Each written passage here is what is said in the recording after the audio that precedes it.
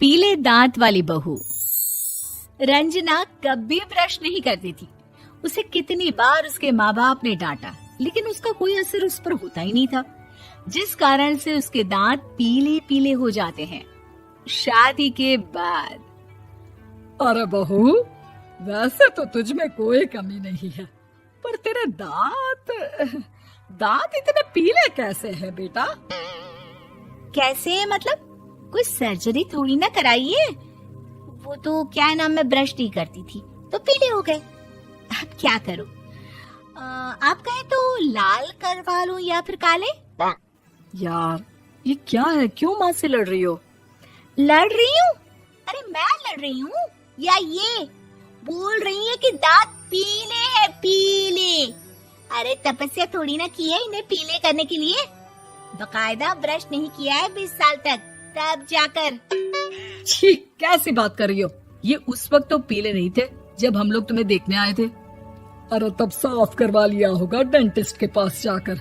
अब देखो कैसे पीले पीले लग रहे हैं। रंजना सास की तरफ गुस्से से देखती है।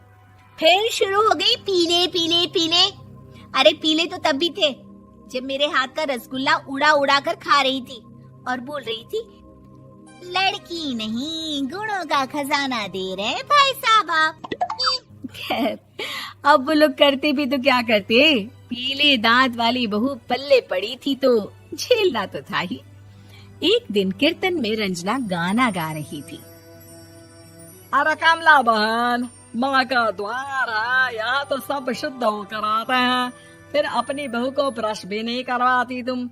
दूर से पीले पीले दांत भक्ति में बाधा उत्पन्न कर रहे हैं। और कोई 2 साल के बच्चे थोड़ी ना लेकर आई हूँ मैं बहू बनाकर। अच्छी खासी लड़की है, अरे कैसे करवाऊं ब्रश? ये तो उसे खुद करना चाहिए ना। अब माँ बाप तो इसके जैसे तैसे निपटा दिए, ये नहीं सोचा कि सास कैसे संभालेगी। सास बहू को लेकर घर आ जाती है, लेकिन सोच लेती है कि अब इसे लेकर कहीं नहीं जाएगी। अगले रोज बहू कहती है, अरे क्या हो गया, मंदिर नहीं जाना क्या? कीर्तन का वक्त हो रहा है। मेरी मधुर वाणी से कान्हा जी जागते हैं और सोते हैं। आप तो जानती है ना उनकी भक्ति में कितना मन लगता है मेरा। वो क्या है ना, तबीयत ठीक नहीं लग रही है मेरी, आराम करूंगी मैं। तबीयत ठीक नहीं लग रही? अभी तो मिथुन के गाने पर नाच रही थी आप, और अब बोल रही है कि तबीयत ठीक नहीं लग रही। अरे भक्ति में मन लगा लो सासू माँ, ऊपर जाना है, क्या मुंह दिखाओगी आप? हाँ? सास को बहू की बात पर गुस्सा आ जाता है। मैं क्या मुंह दिखाऊंगी, इसकी चिंता तो ना कर, समझी? अपने मुंह की चिंता कर, जो ये पीले पीले दांत लेकर हर जगह पहुंच जाती है। पता है लोग कितना मजाक बनाते हैं। ना जी ना, मैं नहीं जाना कहीं तेरे साथ। तो ये बात है। कोई ना, मत जाओ, मैं अपने कमरे में ही बैठकर भक्ति कर लूंगी। ऊपर वाला दांत थोड़ी ना देखता है, मन देखता है, भावना देखता है। और अरे बस बस, तू सब कुछ दिखा, बस ये सफेद चमकदार दांत ना दिखाना किसी को, है? जा यहाँ से। बहू को सास की बात का कोई फर्क नहीं पड़ता, वो तो जैसी थी वैसी ही रह जाती है। सुबह नहाकर किचन में खाना बनाना, फिर खाना खाना, कीर्तन भजन करना और सो जाना। एक दिन, माँ जी मैं सहेली के घर जा रही हूँ, शाम को लेट आऊंगी। हाँ, तो जाना, मैंने कौन सा तेरी आरती करनी है घर पर बैठकर। रंजना सहेली के घर जाती है, जहाँ वो पार्टी में जाने की तैयारी कर रही होती है। अरे शिखा, कहाँ जाने की तैयारी कर रही है? मैं गलत वक्त पर आ गई क्या? अरे नहीं यार, उल्टा सही वक्त पर आई है। मैंने ये साड़ी और ज्वेलरी निकाली है यार, शाम को इनके ऑफिस की एक पार्टी में जाना है। बताना कैसा लग रहा है ये सब? नहीं यार, इस ड्रेस के साथ तो वो वाली ज्वेलरी अच्छी लगेगी। हाँ सही बोल रही है, मैंने ध्यान ही नहीं दिया। वैसे तो हमेशा से मस्त फैशन सेंस रखती है। तो बड़ा जाती होगी ना पति के साथ पार्टी में। रंजना कुछ नहीं बोलती, बस सोचती है कि यार काश ये बात सही हो जाती, पर मैं क्यों नहीं जाती पार्टी में? क्या इन लोगों की कोई पार्टी होती नहीं होगी? रंजना घर आती है और रात में पति से सवाल करती है, एक बात बताइए, आप मुझे किसी पार्टी में क्यों नहीं ले जाते? क्या आपके यहाँ ऑफिस में पार्टी नहीं होती? पति बेचारा क्या कहता कि दांत पीले हैं तुम्हारे इसलिए। अरे कोई पार्टी होती नहीं हम लोगों के ऑफिस में, तो कहाँ से लेकर जाऊं?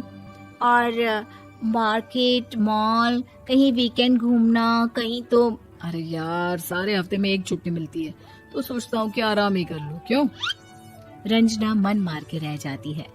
पहले कभी सास के साथ मंदिर जाया करती थी, लेकिन वो भी सास ने ले जाना बंद कर दिया। घर बैठी बैठी रंजना बोर हो जाती है। तभी उसे आइडिया आता है और वो मायके जाने का सोचती है। सासू माँ, 2 दिनों के लिए मम्मी के घर जा रही हूँ। अच्छा अच्छा ठीक है, आराम से जा। और हाँ, माँ से कुछ अच्छी आदत सीख कर आना कि कैसे शरीर के हर भाग की तरह दांतों की सफाई भी जरूरी होती है, समझी? शुरू हो गई ना आप। वो लोग आपकी तरह नहीं है कि छोटी छोटी बात का बतंगड़ बना दे। उन लोगों के लिए मैं मायने रखती हूँ, ना कि मेरे पीले पीले दांत। रंजना माँ को बिना बताए उन लोगों को सरप्राइज देती है, लेकिन जैसे ही वो दरवाजे पर पहुंचती है, अंदर देखती है कि घर वाले कहीं जा रहे होते हैं। अब माँ, काश रंजना दीदी के दांतों वाली प्रॉब्लम नहीं होती, तो वो भी हम लोगों के साथ चलती ना बुआ जी की बेटी की शादी में। हाँ बेटा, लेकिन अब उसे कौन समझाए कि उसको उसके पीले दांत नहीं दिखते, लेकिन उसके आसपास के लोगों को कितना एम्बैरेसिंग फील कराते हैं। मुझे तो कितनी बार उसके स्कूल की टीचर ने शिकायत की कि उसके साथ कोई लड़की बैठना भी नहीं चाहती, और ना ही कॉलेज में कोई उससे बात करना चाहता था। लेकिन पता नहीं क्यों उसे ये बात समझ में ही नहीं आती। कोई कमी नहीं है उस लड़की में, बस यही कि दांत पीले हैं। वो तो भला हो जीजा जी और उनकी माँ का, जो दीदी को जैसी है वैसे ही रखा हुआ है। रंजना को अपने घर वालों की बात सुनकर बहुत दुख होता है। वो सोचती है कि वो क्या करे, लेकिन फिर वो सीधा डेंटिस्ट के पास जाती है, अपने दांत चमकाती है और कसम खाती है कि वो रोज ब्रश करेगी। अरे क्या हो गया? तुम तो 2 दिनों के लिए गई थी ना, पर कोई ना, अच्छा है, चलो आ गई तो। रंजना सास के सामने आकर खड़ी हो जाती है और पूरी स्माइल करती है, उसके चमकदार दांतों को दिखाती हुई। हैं? चले मंदिर? माँ, मुझे माफ कर दीजिए,